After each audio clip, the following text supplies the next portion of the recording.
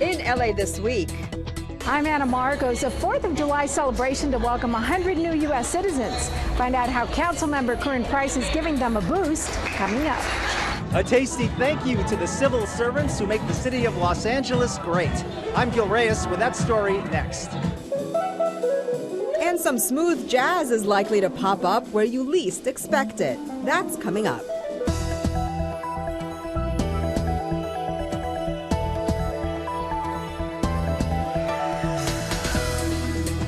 Hey everyone, I'm Umaima Rashid. Here's what's happening in LA this week. How did you spend your 4th of July? Here at LA this week, we joined up with Councilmember Curran Price for his annual festivities at Expo Park. Gil Reyes takes us there for all the fun. What a way to cap off Independence Day. A fireworks extravaganza high above Expo Park next to the LA Memorial Coliseum. Flashback to several hours earlier. Thousands of people spent the 4th of July holiday dancing, barbecuing, and relaxing. Ask Nitra Barnes. It's a great day. I'm with my family, good music, good vibes, good people, so why not have a good time? The 4th of July Community Festival and Fireworks Show was hosted by Councilman Curran Price, seen here with his granddaughter, Jayla. It is a collaborative effort between our staff, the city, and the event promoter. We want to make sure that all of our citizens have a good time. Singer-songwriter Candace Boyd hit the stage for her first 4th of July performance. And I love doing daytime shows. I love being able to see the people and engage with the people, so I loved it. So did Nicholas Goldbeck and his friends. Today was like a perfect day. I think we had a little bit of an earthquake this morning, but somehow the day's been great. And this is what we're all waiting for. We are at the front of the LA Memorial Coliseum where some 2,000 pounds of explosives are getting ready to be shot up to 800 feet in the air for the 4th of July fireworks finale. It takes us 2 full days to set up the display. Michael Talkstein heads the group Pyro Spectaculars. They coordinate the 23-minute fireworks show. Everything that's covered in foil, these hundreds of aerial shells, are all going to go up in the last 60 seconds of the show. And that's really what gets the oohs and ahs and yeah and the screaming at the end of the show.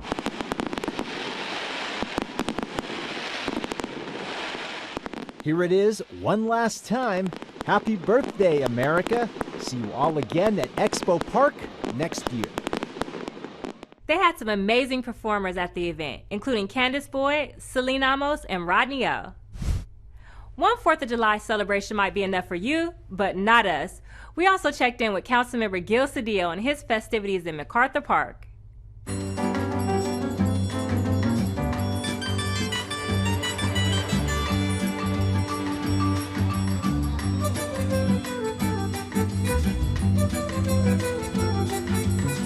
Here today celebrating one of our 4 days celebrating the 4th of July. We're going to have fireworks. There's all these incredible booths here that give the community information. We got plenty of food and beverages and some ice cream. It's a great event.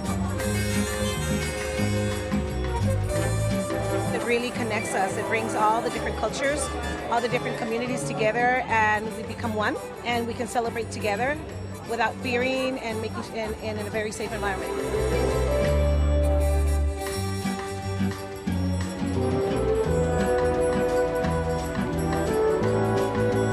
We use every moment that we have to bring people together, to build community, build unity, and to make sure that we combat the fear and the hysteria that Donald Trump has created or tried to create in our city.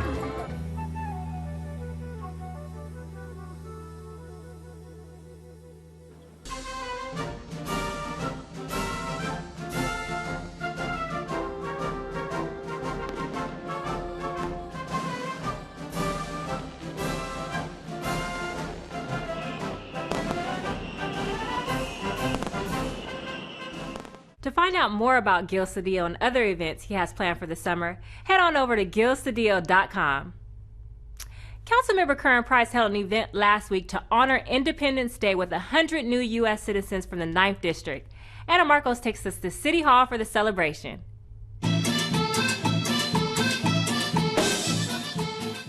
Councilmember Curran Price is providing the music, the food, even a little FaceTime with him at the photo booth. But he's also provided $1 million for immigrants out of his own office funds, money that goes to groups like CHIDLA, the Coalition for Human Immigrant Rights, and Carecen, the Central American Resource Center, to provide legal aid for future citizens in Council District 9. I think it's important to work with our immigrant citizens. And these are individuals who have applied for citizenship, who lived here for many years, have doing all the right things. And at a time when they are under attack, when immigrants are under attack at the federal level. So how long have most of these new citizens been waiting for a shot at the American dream? Turning American citizen? Yeah. Like more than 20 years. You've been waiting more than 20 years? Yeah. Working away? Yes. My family and I, we came here when I was 8 years old. That was about 30 years ago. So we've been in the trying to figure out, how to become a citizen. It's been a long road for my family. The road to citizenship is not only long, but costly for families with limited incomes, usually close to $1,000. And it can be confusing and difficult as well. That's why groups like CHIDLA and Carecen are there to help. So being an immigrant to this nation myself is a story and an identity that still is with me to this day. And it's what's fueled me to want to become an immigration attorney once I was able to acquire status and citizenship. And for the groups helping immigrants, funds like Councilmember Curran Price's $1 million payout are critical. Mr. Curran, he helped many people, Latin people. We're very happy.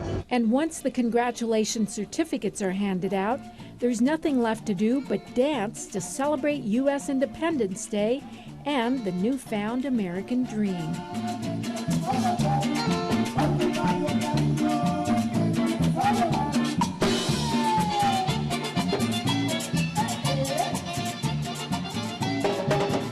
What a great way to bring new citizens to City Hall. The two organizations that were supported by Councilmember Price were CHIDLA and Carecen. Here's links to their websites for more info. Okay, get ready for this one. We've got Neil Diamond and an awesome white-haired Elvis bringing down the house at Friendship Auditorium. Well, sorta. Check it out. And with me today, standing here, is someone who cares about us, wants us to be well and able to continue our life. Let's give it up for Councilmember Mitchell Farrell. It's my 5th annual Senior Resource Fair. We're having it here at Friendship Auditorium. We're bringing 13 different seniors groups together. We're feeding them lunch, we're providing them entertainment, we're provided all the transportation here. Let's get this party started right, shall we? I said, far, we've been traveling so far without a home. I said, everywhere around the world, I'm coming to America. I love the seniors. Love them. Unforgettable in every way. Take care of your seniors. That's where we came from. That's where we're going. It's really important, I think, to not forget a community that sometimes is invisible. I think it does a lot for the community. Studies show that more seniors live in isolation, and when we can bring people together, that really works against that sort of proclivity that some people have.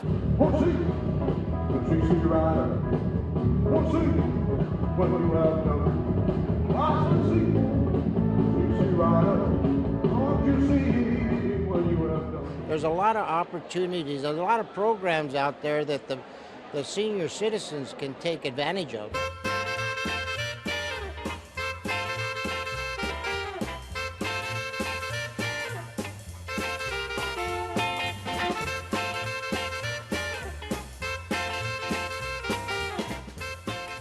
I came before, but I always like to return because you never know what new programs are available. For years, I wasn't aware of City Ride. You can catch a cab, you send in $9 or $12, and they apply $86 to the card. And these programs really help keep a little cash in their pockets. It's a way for me to give back and let the senior community know how much I care. I think it comes from a strong upbringing and valuing seniors when I was very young.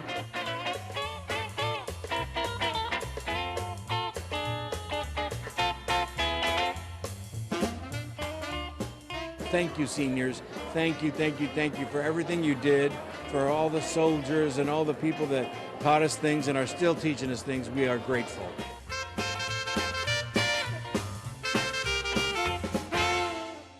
Those were some pretty impressive dance moves.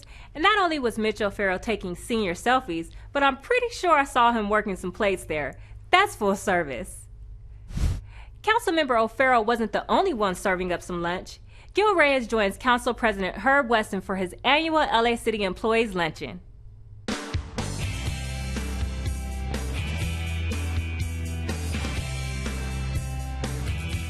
It is chow time for hundreds of police officers, sanitation workers, and other civil servants of the city of Los Angeles. And lunch is on City Council President Herb Weston, his way of saying thanks. One rule that we have at these luncheons, and that's no dieting. Today is the no dieting day. While the Bureau of Contract Administration, which oversees the paperwork of city contractors, samples the fried chicken and roast pork. I think it's wonderful that Councilman Weston does this every year. They make me look good, they make the office look good, and I love them, and this is just a small way to show them that I give a darn. Council President Wesson's staff, usually serving constituents, serves up the food. It's prepared by restaurants in Wesson's district. South LA's other two councilmen also stopped by the luncheon. And we are so inspired that we even have one later on in the year. Again, just recognizing the efforts that the employees are making. These jobs require that you care about the people and care about the city. They don't pay enough, the hours are long, and the benefits are good, but they're not that great. And so we really rely on people digging deep in their soul to provide the services that the people of Los Angeles need.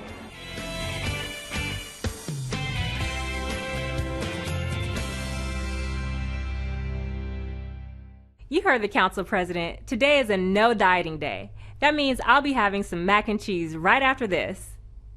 Okay. Did you chow down over the holiday and want to get some exercise in?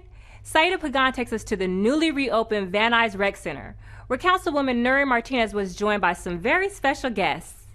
Whose house? Crenshaw! Whose house? Crenshaw!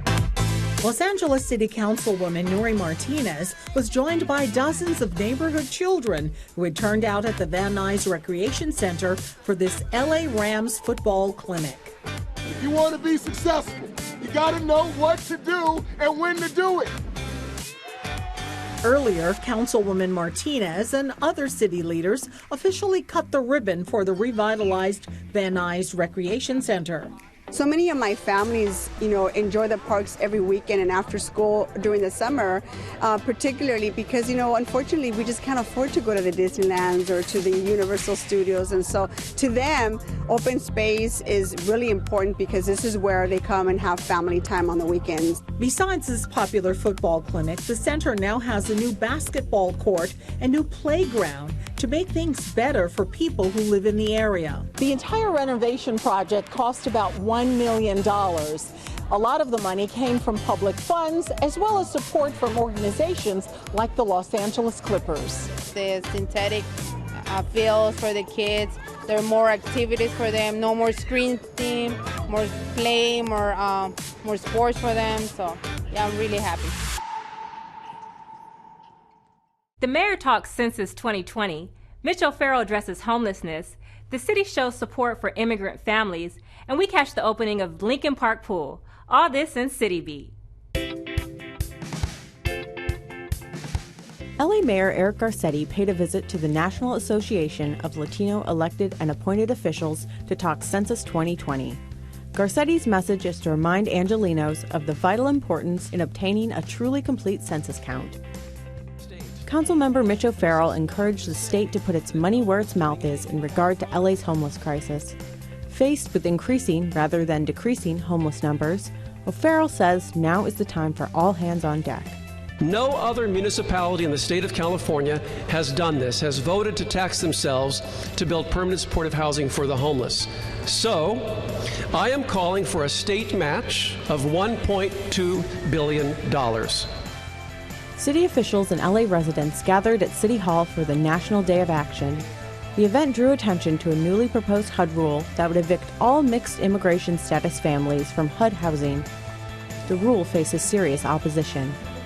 As a mom, I cannot even imagine a day that goes by not knowing where my kid is at.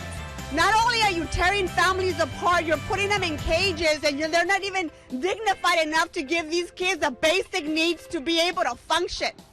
You're not providing them with proper health care and proper sanitary conditions in these cages. What are we doing? And just in time for summer, Councilmember Gil Cedillo celebrated the grand reopening of the Lincoln Park Pool. An historic location that dates back to 1914, the pool had been closed for more than a decade. New renovations and programs are designed to meet the growing needs of the community. Watch out, cannonball! For pet owners, 4th of July fireworks is a very stressful time. We recently visited the East Valley Animal Shelter as they ramped up adoption and fostering services ahead of the holiday with their 4 Days for Life campaign.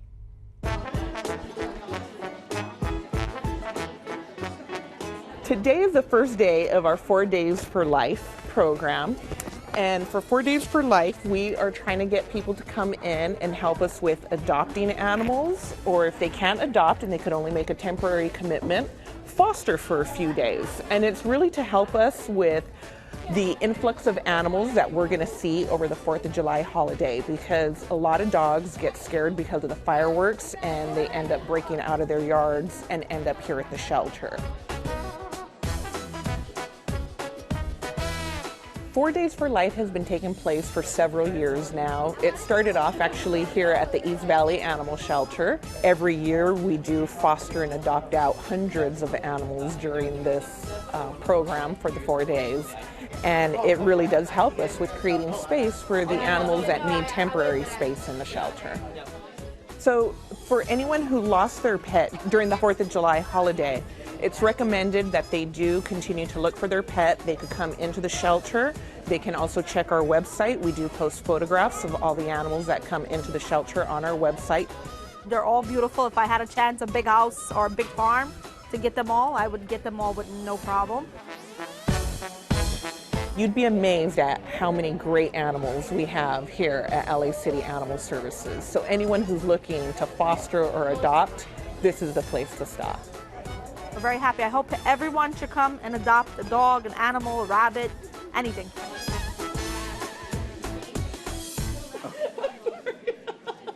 The campaign was a real success this year. Of course, no matter what time of year, LA Animal Services is ready to connect you with a furry new friend. Staying with the canines, we take a trip to the Lincoln Heights branch of the LA Public Library, where kids get to learn about responsible pet care thanks to a summer reading program.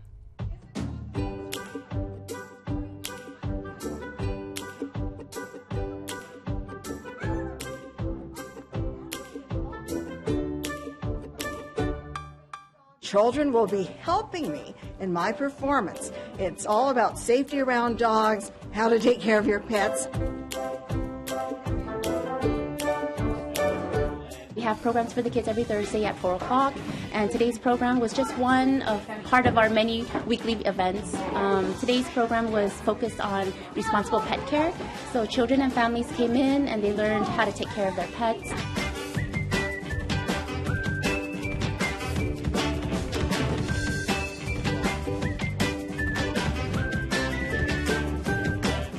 The basic goal for summer reading is, again, for everybody to have fun, have an educational environment, and then just encourage them to come back to the library.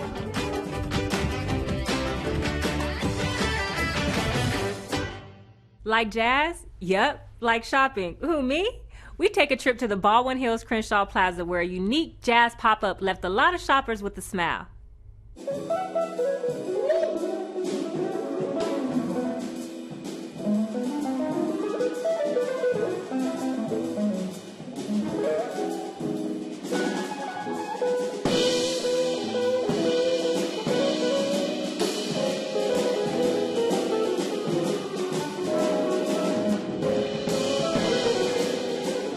This is a Just Jazz pop-up here at the Baldwin Hills Crenshaw Plaza.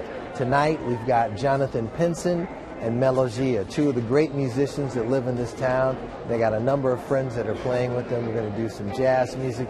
We've been here at the Baldwin Hills Crenshaw Plaza many times, and we've had a few concerts here. I think the community loves it. They come out and support it, and they get a free series, a concert. They get a chance to check out what jazz is all about.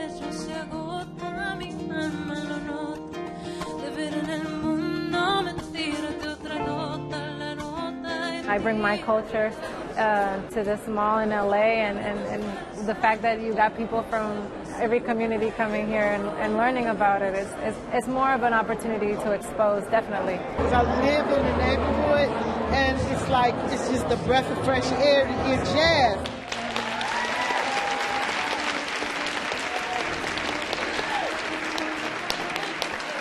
Thank you so much for having us. Give it up for the band, everybody. As Pride Month comes to an end, we take you to Venice, where they closed out the month with a nice visual touch to Abbot Kinney.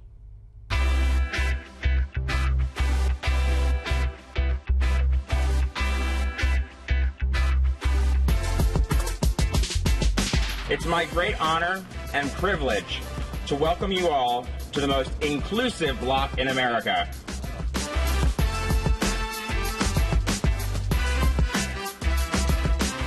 "50 years ago today, an act of brutality sought to terrorize the LGBT community at Stonewall Inn in New York City. Instead, it galvanized our community.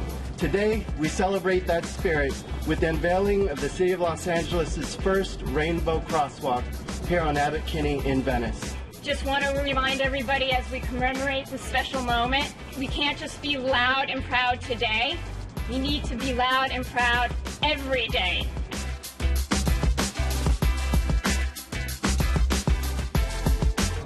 This is very important for us to be more open and have less prejudice, and this is a symbol that reminds us daily that this is possible, and we just need to be together as a community and remind us that we're just human.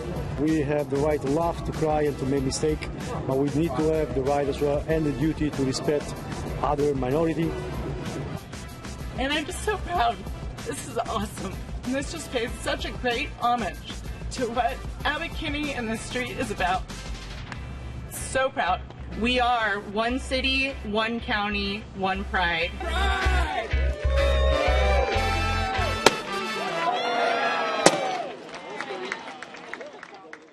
I just love that genuine look of excitement when the rainbow confetti goes off. Check out Venice's Rainbow Crosswalk at the intersection of Abbot Kinney and Cadiz Court. Joy, love, acceptance, laughter, that sounds like something we can all use, right? Gil Reyes takes us to a special story time that brings together children and drag artists in Watts. This is probably not the story time you or your parents grew up with. On this LGBT Heritage Month, we shine a spotlight on Drag Queen Storytime at the LA City Library. This is one of my other favorite books. This is called It's Okay to Be Different by Todd Parr.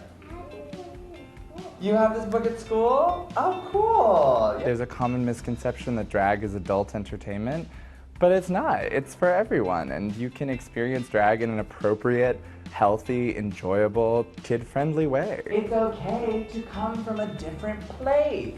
For over a year now, the drag queen known as Pickle has hosted children's readings at city libraries across Los Angeles. She's part of an ensemble called Drag Queen Story Hour. It started in San Francisco and has expanded across the nation. The most important part, it really is a literacy program, and drag queens just happen to be really good storytellers. With children mesmerized, Pickle reads children's books with LGBT or alternative themes, like Feminist Baby by Lauren Brantz. Staffers at the Watts branch welcome her to this largely Latino and African American community. This is a great way to introduce your kids to something different, you know what I mean? Where the library is a welcoming place, we welcome everybody. The feedback I've gotten so far has been very questioning and even negative. So I take that opportunity to engage with people, to say that you might know your own problems and your own heritage, but it's really important to think about heritage of other groups. All that negativity was before this first ever story time in Watts. Monica Moralamelli brought her sons. I liked it, and the kids enjoyed it, and I really appreciated that she came out here and did this for the kids, for the community. A lot of the core values of being a drag queen, joy, love, acceptance, laughter, are values that we want to instill in our kids regardless. And so drag is a really good tool for doing that. You know, some of these kids are meeting a drag queen for the first time, and when you meet someone, that's where you start to develop empathy. Learning about books and acceptance. Find out more at lapl.org and dragqueenstoryhour.org. We say hello to the 39th Lotus Festival. Chinatown brings the food and dance for their summer nights. And get ready to sing along to the classic School Days. Check these out in Things to Do. Join Council members Cedillo, O'Farrell, and Rue for the 39th Lotus Festival. This year's host country is the Royal Kingdom of Thailand. Explore the tea house, the beer garden, and dragon and boat races, along with the children's zone, artisan art, and plenty of entertainment. The Lotus Festival kickoff concert happens on Friday, July 12th, beginning at 6 p.m. This year's festival will be held at Echo Park Lake, 751 Echo Park Avenue.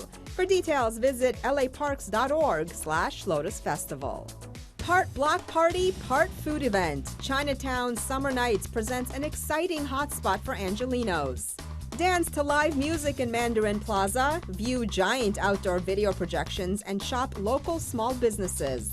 Take part in hands-on Chinese cultural craft workshops. It's Chinatown like you only see for one season a year. Chinatown Summer Nights rolls out food and fun at the Mandarin Plaza on 951 North Broadway, July 13th, beginning at 5 p.m. For details, visit ChinatownLA.com. Join the Blackout Cinema family for a lively sing-along of School Days, a 1988 musical dramedy written and directed by Spike Lee. Based in part on Spike Lee's experiences at Morehouse, Spelman, and Morris Brown colleges, the film is a story about fraternity and sorority members clashing with other students at a historically black college during homecoming weekend. The School Days sing-along happens Sunday, July 14th at 3:30 p.m. For tickets, visit blackoutcinema.com. And that's a look at some things to do.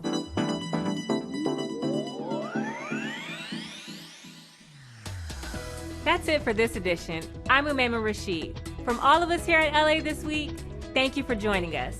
A reminder that you can catch us online at lacityview.org. We're also on Facebook, Twitter, and YouTube. See you next time for more LA This Week.